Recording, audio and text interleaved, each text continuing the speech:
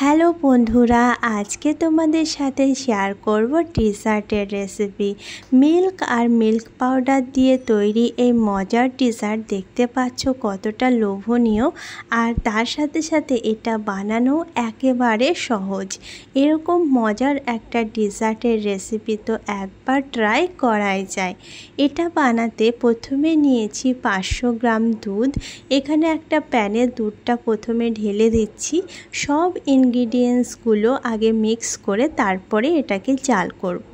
এর সাথে অ্যাড করছি 1/3 cup milk powder. Milk powder দুধ যদি খুব বেশি গরম থাকে বা দুধ ফোটার সময় যদি দেওয়া হয়, সেক্ষেত্রে মিল্ক পাউডারে অনেক সময় লাম্পস চলে আসে, তাই আগের থেকে এটাকে মিক্স করে নিচ্ছি। ভালোভাবে মিক্স করে নিয়ে এখন এখানে অ্যাড করব 1/2 চামচ agar agar powder. Agar agar পাউডারটা যে কোনো ডিজার্ট বানাতে ব্যবহার করা হয়। কোনো কিছু ডিজার্ট সেট করতে গেলে সেটাকে জমানোর ক্ষেত্রে আগার আগার পাউডারটা ব্যবহার করা হয়। এর সাথে দিয়ে দিচ্ছি 1 চামচ কাস্টার্ড পাউডার। কাস্টার্ড পাউডারটা দিলে খুব সুন্দর একটা ফ্লেভার আসে, আর তার সাথে সাথে ডিজার্টের কালারটাও চেঞ্জ হয়ে যায়।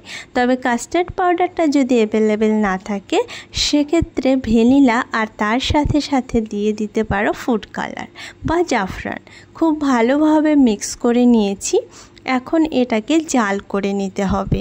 যেহেতু এখানে আগার আগার পাউডার তার সাথে কাস্টার্ড পাউডার দেওয়া আছে, তাই খুব বেশি জাল করার প্রয়োজন নেই। খুব ভালোভাবে মিক্স করে নিয়ে এটা ফুটে আসলেই 2 মিনিট জাল করে নেব। খুব বেশি জাল করলে এটা অনেক বেশি ঘন হয়ে যাবে, আর সেক্ষেত্রে ডিজার্টটা খেতে আর দেখতে দুটোই ভালো হবে না।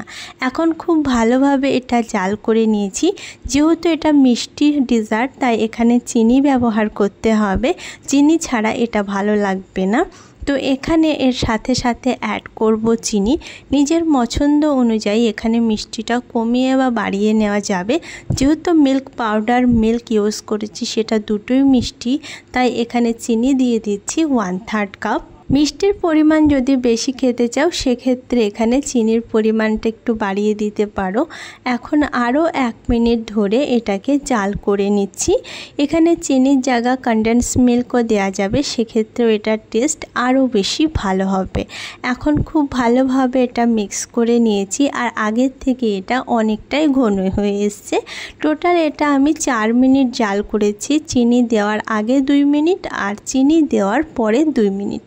এখন ডিজার্টটা সেট করার জন্য এখানে একটা মোল্ড নিয়ে নিয়েছি। মোল্ডে দিয়েছি হালকা একটু তেল, আর তেল দিলে এটা ডিমোল্ড করতে খুবই সুবিধে হবে। খুব সহজে এখানে মোল্ড থেকে বেরিয়ে আসবে। পুরোপুরি ঠান্ডা হতে এটা 1 ঘন্টা সময় লাগে। তবে ঠান্ডা হওয়ার পরে এটা ফ্রিজে রেখে দিয়ে যখন খাবে তখনই এটাকে ঠান্ডা ঠান্ডা সার্ভ করবে। ঠান্ডা এই ডিজার্টটা খেতে বেশি ভালো লাগে। 1 ঘন্টা পরে এটা পুরোপুরি সেট হয়ে গেছে। এখন এটা আমি মোল্ড থেকে বার করে নিচ্ছি, ডিমোল্ড করে নিচ্ছি। আর দেখতে পাচ্ছ এখানে কতটা সুন্দর এই ডিজার্টটা তৈরি হয়ে গেছে। খুব সহজে এটা মোল্ড থেকে বেরিয়ে আসে, আর এই ডিজার্টটা এখন অসাধারণ লাগছে। এটার টেস্ট বাড়াতে এখানে আমি দিয়ে দিয়েছি ড্রাই কোকোনাট।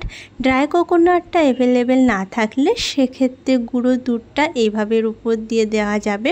ড্রাই ফ্রুটস বা চেরি দিয়ে সার্ভ করলে দেখতে অনেক বেশি লোভনীয় লাগে।